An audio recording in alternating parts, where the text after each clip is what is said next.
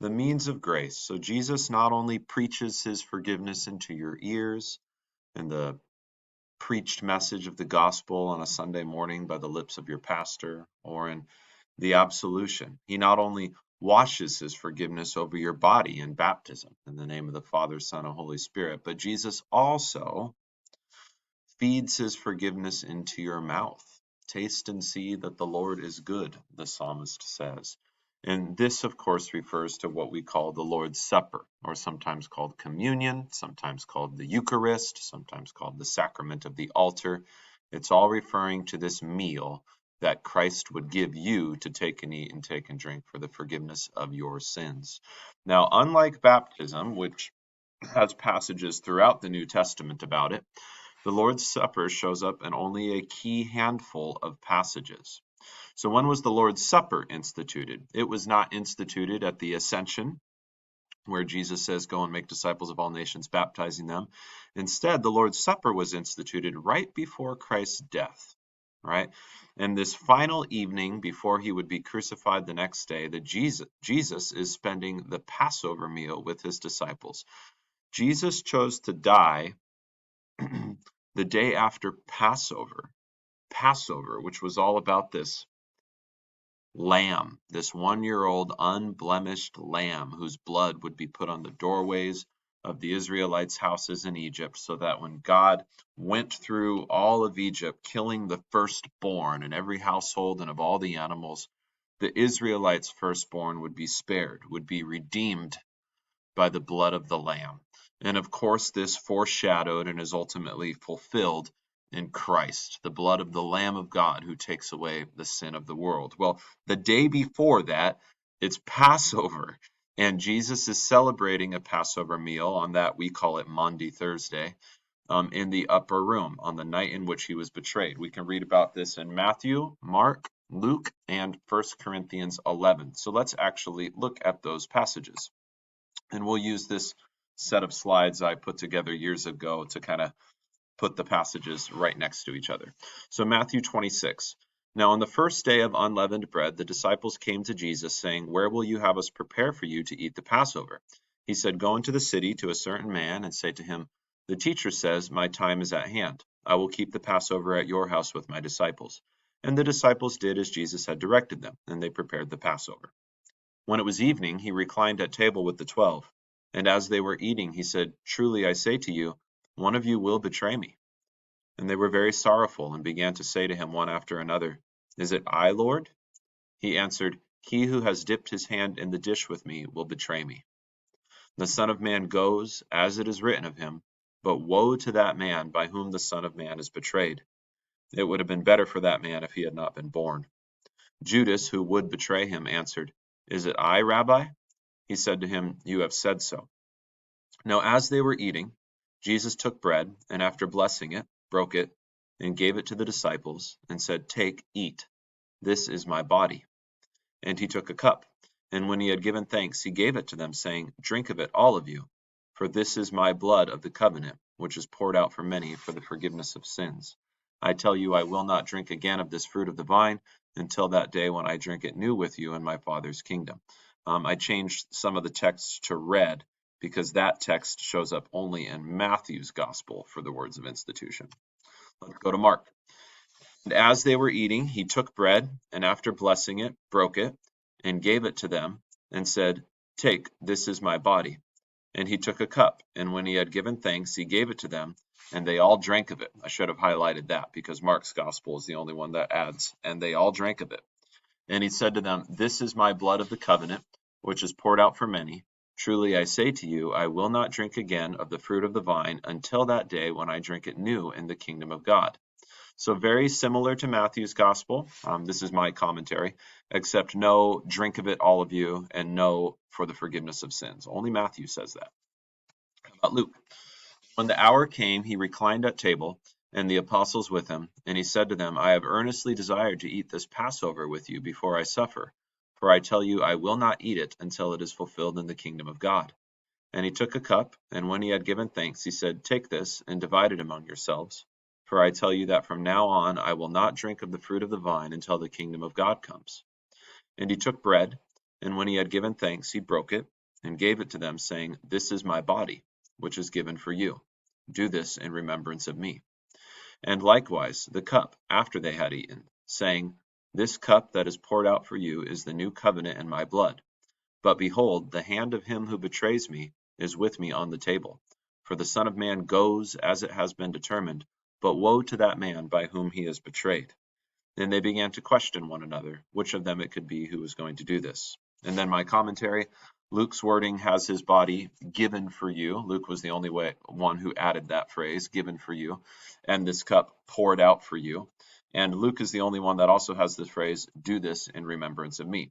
Now we'll find this, "Do this in remembrance of me," repeated by Paul when we get to 1 Corinthians. But let's look at my attempted composite of the words of institution when you put Matthew, Mark, and Luke together. Jesus says something like, "Take, eat, this is my body, which is given for you. Do this in remembrance of me." And he took a cup after they had eaten, and when he had given thanks, he gave it to them, and they all drank of it, saying, "Drink of it, all of you, for this cup that is poured out for you, is my blood of the covenant, which is poured out for many for the forgiveness of sins. I tell you, I will not drink again of this fruit of the vine until that day when I drink it new with you in my Father's kingdom, the kingdom of God." Right? So that lets us see kind of all of the data points of that meal from Matthew, Mark, and Luke. Now, Paul addresses the Lord's Supper very briefly in 1 Corinthians 10.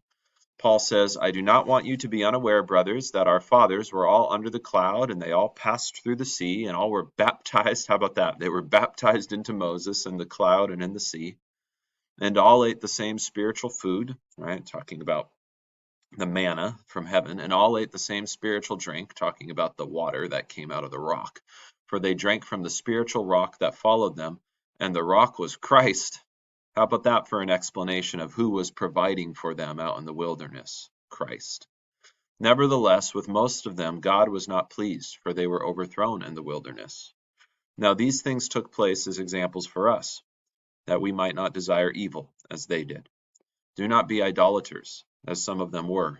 As it is written, the people sat down to eat and drink and rose up to play. And now my commentary. In this context, Paul goes on to explain God's judgment on them for their idolatry. This then serves as an example that we ought not fall into idolatry, participating in, joining with demons. That's what idol worship is. You're worshiping false gods. Well, it's the demons masquerading as gods, false gods. Paul continues, "Therefore, my beloved, flee from idolatry. I speak as to sensible people. Judge for yourselves what I say." And here's the language that relates to the Lord's Supper. "The cup of blessing that we bless, is it not a participation in the blood of Christ? The bread that we break, is it not a participation in the body of Christ? Because there is one bread, we who are many are one body, for we all partake of the one bread. Consider the people of Israel. Are not those who eat the sacrifices participants in the altar? What do I imply then? That food offered to idols is anything, or that an idol is anything? No, I imply that what pagans sacrifice, they offer to demons, and not to God. I do not want you to be participants with demons. You cannot drink the cup of the Lord and the cup of demons. You cannot partake of the table of the Lord and the table of demons. Shall we provoke the Lord to jealousy? Are we stronger than he?" And now my commentary. So partaking in the bread and the cup, Paul says, is a participation in the body and blood of Christ. That's how Paul worded it. Now that Greek word for participation is koinonia. Maybe that's a word you've heard of before, often translated fellowship, koinonia, association with, community with, union, communion with, intercourse with, right? So it's this oneness with, being one with Christ in his body and blood. And then Paul talks about this more in 1 Corinthians 11. "But in the following instructions I do not commend you, because when you come together it is not for the better, but for the worse. For in the first place, when you come together as a church, I hear that there are divisions among you. And I believe it in part, for there must be factions among you in order that those who are genuine among you may be recognized. When you come together, it is not the Lord's Supper that you eat." So it is not the church who made up the language, the Lord's Supper. We get that straight out of the Bible. Paul calls this meal the Lord's Supper. "For in eating, each one goes ahead with his own meal. One goes hungry, another gets drunk. What? Do you not have houses to eat and drink in? Or do you despise the church of God and humiliate those who have nothing? What shall I say to you? Shall I commend you in this? No, I will not. And now Paul repeats the words of institution. He says, For I received from the Lord what I also delivered to you, that the Lord Jesus, on the night when he was betrayed, took bread, and when he had given thanks, he broke it, and said, This is my body, which is for you. Do this in remembrance of me. In the same way also he took the cup after supper, saying, This cup is the new covenant in my blood. Do this as often as you drink it in remembrance of me. For as often as you eat this bread and drink the cup, you proclaim the Lord's death until he comes. Whoever therefore eats the bread or drinks the cup of the Lord in an unworthy manner will be guilty concerning the body and blood of the Lord. Let a person examine himself then, and so eat of the bread and drink of the cup. For anyone who eats and drinks without discerning the body eats and drinks judgment on himself. So unlike baptism, the Lord's Supper is also a gift, but it has a warning attached to it, right? This warning, let a person examine himself. That is why many of you are weak and ill, and some have died. But if we judged ourselves truly, we would not be judged. But when we are judged by the Lord, we are disciplined, so that we may not be condemned along with the world. So then, my brothers, when you come together to eat, wait for one another. If anyone is hungry, let him eat at home, so that when you come together, it will not be for judgment. About the other things, I will give directions when I come. So what is Paul's understanding of this meal? Partaking in the Lord's Supper is a participation in Christ's own body and blood, and as we partake in it, we become one body. That's directly from 10:16 to 17. Paul received from the Lord the very teaching of Christ's words on the night he was betrayed. Paul adds that in partaking in this meal, we proclaim the Lord's death until he comes. Paul warns against unworthy eating and drinking, that is, without discerning the body. He says, let a person examine himself and partake properly, lest he be guilty concerning the body and blood of the Lord and drink judgment on himself. Thus, congregations should wait for one another and partake together so that it will not be for judgment. And that's all just straight from the text. So a summary from Scripture. Christ says the bread is his body and the wine is his blood. He tells his disciples to take and eat, drink of it, all of you. This eating and drinking is a participation, koinonia, oneness with. That's where we get the word communion, together, union, oneness with, in Christ's body and blood. And we who partake are one body. We are to eat and drink for the forgiveness of our sins. That was Matthew's gospel.